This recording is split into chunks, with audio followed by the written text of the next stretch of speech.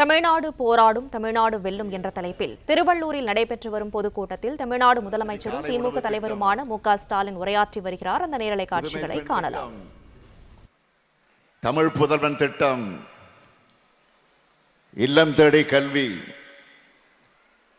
மக்களை தேடி மருத்துவம், நான் முதல்வன், இன்னுயிர் காப்போம், நம்மை காக்கும் 48, இதயம் காப்போம், பாதம் பாதுகாப்போம், முதல்வர் மருந்தகம், தோழி விடுதி, கலைஞர் கனவு இல்ல திட்டம், அண்ணல் அம்பேத்கர் தொழில் முன்னோடிகள் திட்டம், ஊட்டச்சத்தை உறுதி செய்ய திட்டம்னு குழந்தைகள், பள்ளி கல்லூரி மாணவர்கள், இளைஞர்கள், மகளிர், உழவர்கள், பாட்டாளிகள், தொழில் முனைவோர், முதியோர், எல்லா தரப்பு மக்களுக்குமான ஆட்சியை நடத்திட்டு வரோம். நம்ம மாநிலத்துடைய வளர்ச்சியை பற்றி உங்க முதலமைச்சரான நான் பெருமையாக சொல்றதை விட ஒன்றிய அரசே சொல்லியிருக்கு. ஒன்றிய அரசு வெளியிடுகிற எல்லா ஆய்வறிக்கைகளிலும் புள்ளி விவரங்களிலும் தமிழ்நாடு தான் முன்னணி மாநிலமாக இருக்கு. அதனாலதான் நம்முடைய திட்டங்களை பிற மாநிலங்களும் தங்களுடைய மாநிலங்களுக்கு எடுத்துட்டு போறாங்க. தமிழ்நாடு வளர்ச்சி பாதைகளை மீண்டும் நடைபோடுது. ஒரு மாநில அரசு சிறப்பா செயல்பட்டு நாட்டுக்கே எடுத்துக்காட்டா இருக்குன்னா அந்த மாநிலத்துக்கு துணை நிற்க வேண்டிய ஒன்றிய அரசோட கடமை. ஆனா ஒன்றிய பாஜக அரசு எப்படிப்பட்ட அரசா இருக்கு? கொள்ளைப்புறம் வழியா தங்களுடைய வலதுசாரி அஜெண்டாவை செயல்படுத்த துணை நின்ன அதிமுக ஆட்சி போயிடுச்சே அப்படிங்கிற கோபத்தோடும், மறுபடியும் தமிழ்நாடு தலைமிருந்து நடைபோடுதே என்ற பொறாமை உணர்வோடும் நம்முடைய செயல் திட்டங்களுக்கு திமுக அரசு தடையா இருக்க, தமிழ்நாட்டுக்கும் தமிழர்களுக்கும் காவல் அரணா இருக்கேன்னு என்ற எரிச்சலோடும் எப்படியெல்லாம் இடைஞ்சல் தர முடியுமோ, எந்த வகையிலெல்லாம் தடை கருக்களை போட முடியுமோ, எதையெல்லாம் செஞ்சு நம்மோட நிம்மதியை கெடுக்க முடியுமோ அதையெல்லாம் முன்வந்து செய்கிறாங்க. நம்மை சிறுமைப்படுத்த நினைக்கிறாங்க. நம்மோட உரிமைகளை பறிக்கிறதையும் தமிழ்நாடு கொச்சைப்படுத்துறதையும்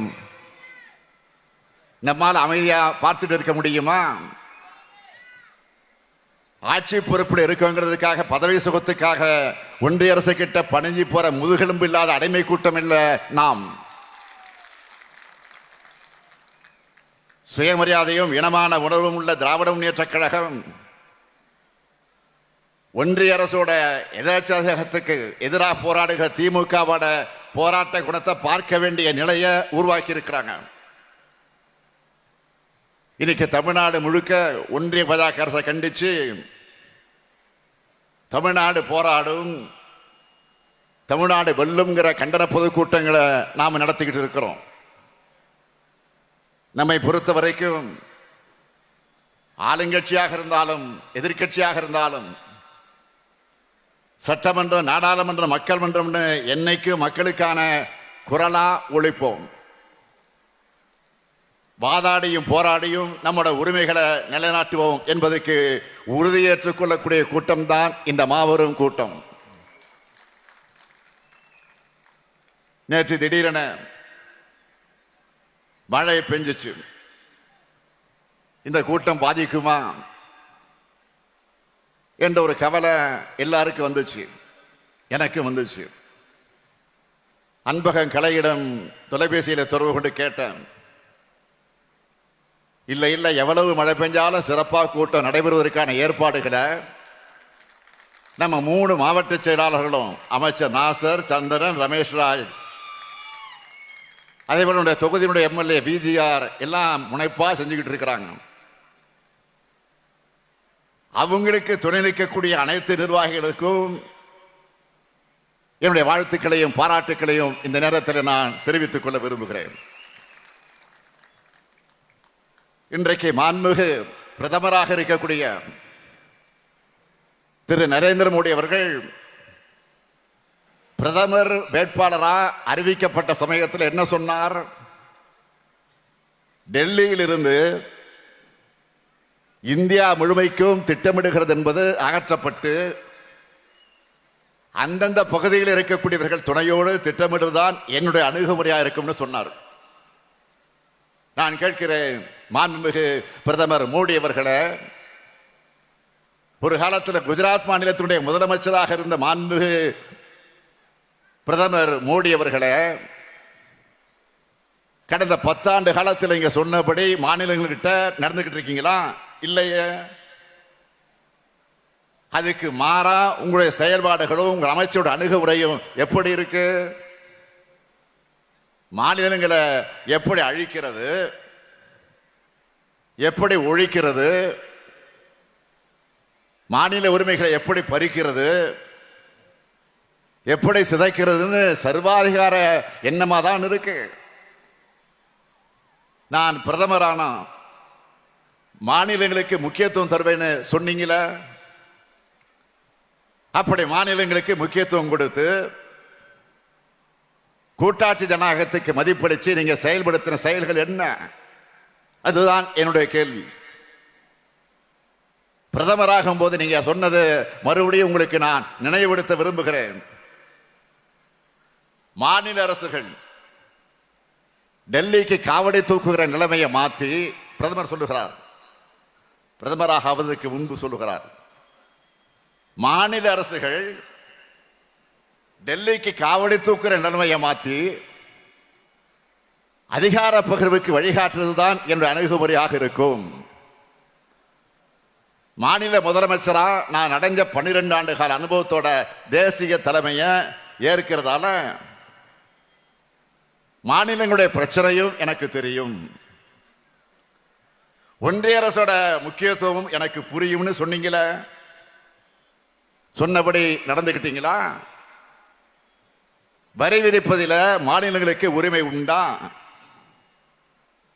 வரி பகிர்லையாவது மாநிலங்களுடன் நியாயமாக நடந்து கொண்டீர்களா? திட்டங்கள் அறிவிக்கிறது, செயல்படுத்துவது, இதுலையாவது மாநிலங்களை பாரபட்சம் இல்லாமல் நடத்துறீங்களா? இல்லையே. கூட்டாட்சி தத்துவத்தை ஆதரிக்கிற நீங்க அப்படின்னு சொன்னீங்களே, அதுக்கு ஒரு சாட்சியத்தையாவது உங்களால் காட்ட முடியுமா? பிரச்சனை வரும்போது மாநில முதலமைச்சர்கள் அழைச்சு என்னைக்காவது நீங்க பேசியிருக்கீங்களா? ஆலோசனை நடத்தி இருக்கீங்களா? எதுவும் இல்லையே. அது மட்டுமல்ல, இன்னும் சொன்னீங்க, ஒன்றியத்தில் ஆட்சிக்கு வந்த பிறகு மாற்றுக் கட்சிகள் ஆட்சி பொறுப்பில் இருக்கிற மாநில அரசுகளை பழி வாங்க மாட்டேன். எந்த வகையிலும் மாநில அரசுகள் பழிவாங்கப்படாதுன்னு உறுதியளிக்கிறேன். என்னதான் அரசியல் வேறுபாடுகள் இருந்தாலும் ஒன்றிய மாநில உறவு சீர்குலைய இடம் தர மாட்டேன்னு பிரதமர் மோடி அவர்கள் சொன்னார்கள்.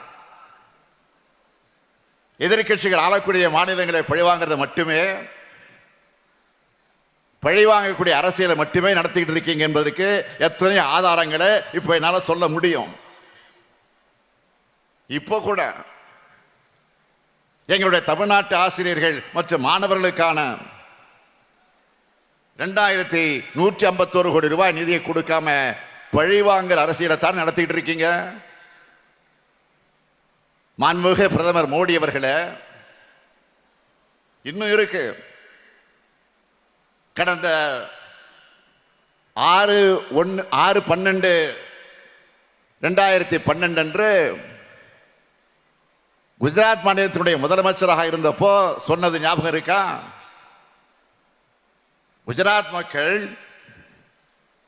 60,000 கோடியே டெல்லிக்கு அனுப்புறாங்க. ஆனா அங்கிருந்து திரும்ப வர்றது மிக குறைவு, மிக மிக குறைவு. குஜராத் என்ன பிச்சைக்காரர்கள் மாநிலம்னு கேட்டீங்களா, நினைச்சீங்களா? அப்படி கேட்டார. அதே கேள்வி நான் திருப்பி கேட்கிறேன், தமிழ்நாடு என்ன பிச்சைக்கார மாநிலமா? நாங்க உழைச்சி வரியை செலுத்தின படத்துல எங்களுக்கான நிதியை கொடுக்கறதுல உங்களுக்கு என்ன பிரச்சனை?